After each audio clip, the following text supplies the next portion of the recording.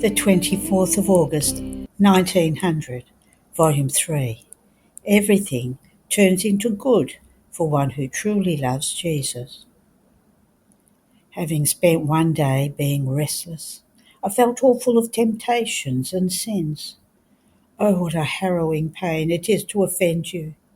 I did as much as I could to remain in God, to resign myself to His holy will, to offer Him that very restless state for love of Him, to not pay attention to the enemy, showing highest indifference, so that I would not incite him myself to tempt me more. But, in spite of this, I could not help hearing the murmuring that the enemy provoked around me. So, finding myself in my usual state, I did not dare to desire my beloved Jesus, so ugly and miserable did I see myself. But, always benign with this sinner, without my asking he came, and as though compassionating me he told me, "My daughter, courage, do not fear. Don't you know that certain cold and mighty waters are more powerful in purging one of the slightest spot than fire itself? And then everything turns into good for one who really loves me." Having said this, he disappeared, leaving me reassured, yes, but weak, as if I had suffered a fever. End of the reading. The 24th of August, 1915, Volume 11. The creative power of the divine will multiplies one act for all and provides the likeness to God. Continuing in my usual state, as soon as my always adorable Jesus came, I gave him a kiss, telling him, "My Jesus, if it were possible, I would like to give you the kiss of all creatures, so I would satisfy your love by bringing them all to you." And Jesus, "My daughter, if you want to give me the kiss of all, kiss me in my will, because my will, containing the creative virtue, contains the power to multiply one act into many acts, as many as you want. In this way, you will give me the contentment as if all had kissed me, and you will have the merit as if you had made everyone kiss me, while all the creatures will receive the effects according to their own dispositions. One act in my will contains all possible imaginable goods. You will find an image of this in the light of the sun. The light is one, but the light multiplies itself in all the glances of creatures. The light remains always one single act, but not all the glances of creatures enjoy the same light. Some of weak sight need to put their hand before their eyes, almost not to be blinded by the light. Others, blind, do not enjoy this light at all, but this is not due to a defect of the light, rather to a defect in the sight of the creatures. Therefore, my daughter, if you desire to love me for all, your love will flow in my will if you do this in it. And since my will fills heaven and earth, I will hear your "I love you" being repeated in heaven, around me, inside of me, on earth, and it will multiply itself from every point for as many acts as my will can do. So it can give me the satisfaction of the love of all, because the creature is limited and finite, while my will is immense and infinite. How can those words which I pronounced in creating man, "We make man in our image and likeness," be explained? How could the creature, so incapable, ever resemble me and be my image? Only in my will could she arrive at this, because by making it her own, she arrives at acting in the divine manner, and through the repetition of these divine acts, she arrives at resembling me, becoming my perfect image. It happens as to a child who, by repeating the acts which he observes in his teacher, becomes like him. So the only thing that makes the creature be like me is my will. This is why I have so much interest that the creature, making it her own, may fulfill the purpose for which she was created. End of the reading. The 24th of August, 1930, Volume 28. How the Divine Will assumes all forms in order to give itself to the creature. The creation of man, installation of the centre of love and of the divine fear. My abandonment in the divine volition continues. I feel that its invincible power absorbs me into itself, and in so many ways that I cannot do without following its acts. Now, while I was following the acts of the divine will done in creation, my lovable Jesus told me, "My daughter, the love of my divine fiat towards creatures is so great that it assumes all forms in order to give itself to the creature.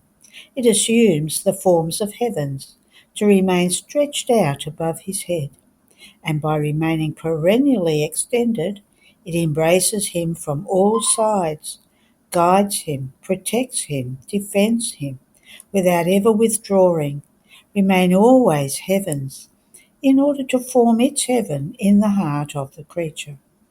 It assumes the form of stars, and it makes its meek twinkling sweetly descend upon the creature, to caress her with its kiss of light, and penetrate sweetly into her, that it may form the stars of the most beautiful virtues in the heaven of her soul. It assumes the form of sun, to irradiate her with light, and with its vibrant heat descend into the depth of her soul, and with the strength of its light and heat, it forms the tints of the most beautiful colours, in order to form the sun of its fiat in the creature.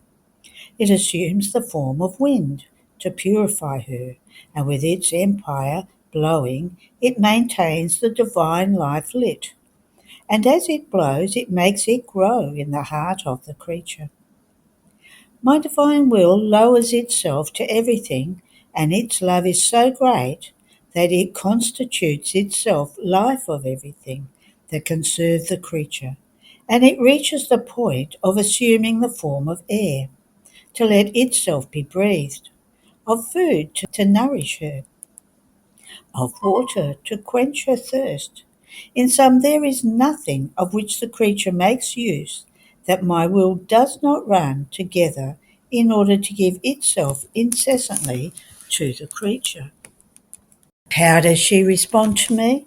To the many multiple ways that my fiat assumes in order to beseech the creature, to the so many loving forms, such that if she does not recognize it in one way, she may recognize it in another. If one form does not breach into her, another might breach through, to receive at least a gaze, a smile of satisfaction, an invitation to let it descend into her soul, to reign, a thank you of gratitude at its so many follies of love.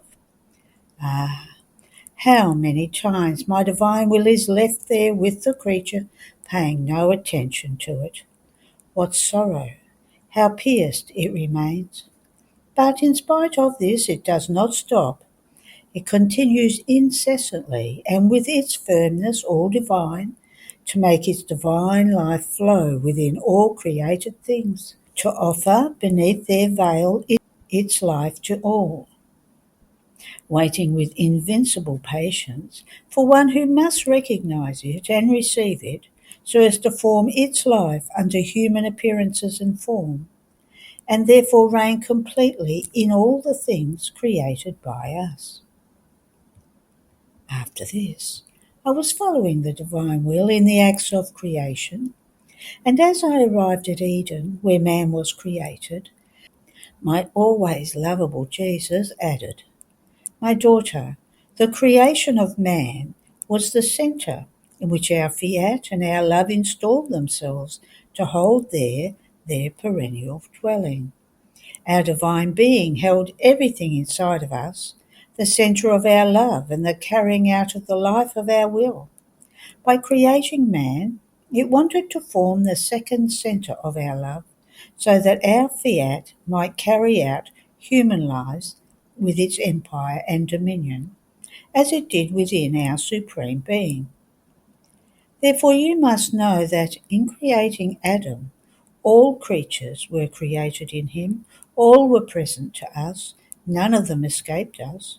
We loved all creatures as him and in him.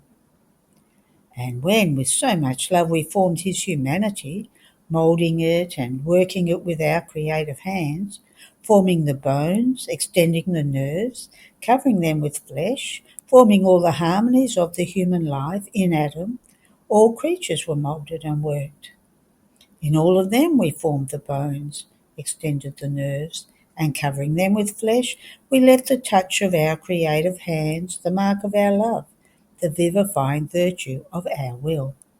And as we infused the soul in him with the power of our omnipotent breath, souls were formed in all the bodies with the same power in which the soul of Adam was formed. See then how each creature is a new creation, as if we had created the new Adam, because in each of them we want to renew the great prodigy of the creation, the installation of the centre of our love, the carrying out of the life of our fiat. So great was the excess of our love in creating man, that until the last creature comes on earth, we will remain in continuous act of creation, to give to each one what was given to the first man created, our overflowing love, the touch of our creative hands for the formation of each of them. Therefore, my daughter, I recommend to you that you know how to recognize and preserve within yourself the installation of our love and the operating life of our fiat, and you will feel the prodigies of the continuous creation and our love overflowing such that, as it drowns you with love, you will feel nothing but love and my will. End of the reading. There are no more readings today. Have a blessed day.